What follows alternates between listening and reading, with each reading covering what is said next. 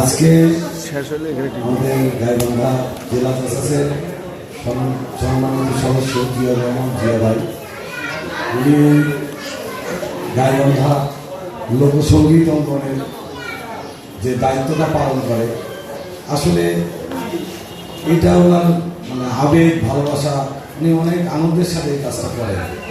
আর গাইবান্ধায় এই অনুষ্ঠানটা নিজে প্রতি বছরে করে।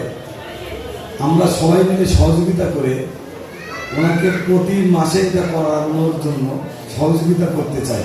কি বলেন আপনারা?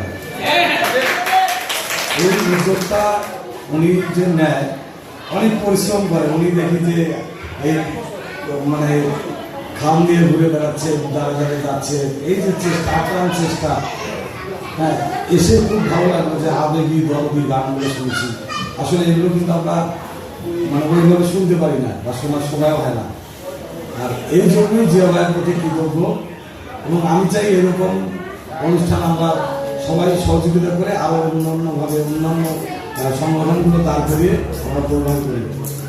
এই বলে আমার বক্তব্য শেষ করছি। সবাই ভালো থাকবেন, সুস্থ থাকবেন। আসসালামু আলাইকুম।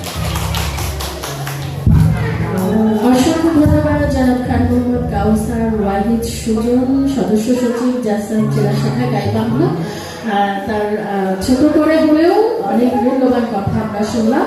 এই আয়োজনে আসার জন্য জিয়াউর রহমান জিয়া আপনার প্রতি কৃতজ্ঞতা প্রকাশ করেছে, অশেষ কৃতজ্ঞতা। আমরা চাই একটা জোরে তালি দিতে সবাই মিলে।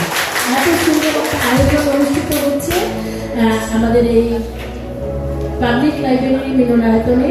আমরা মমিন হক্কানির নাম দেখতে পাচ্ছি। মমিন হক্কানি শিল্পী ভাওয়াইয়া গান গায় চমৎকার।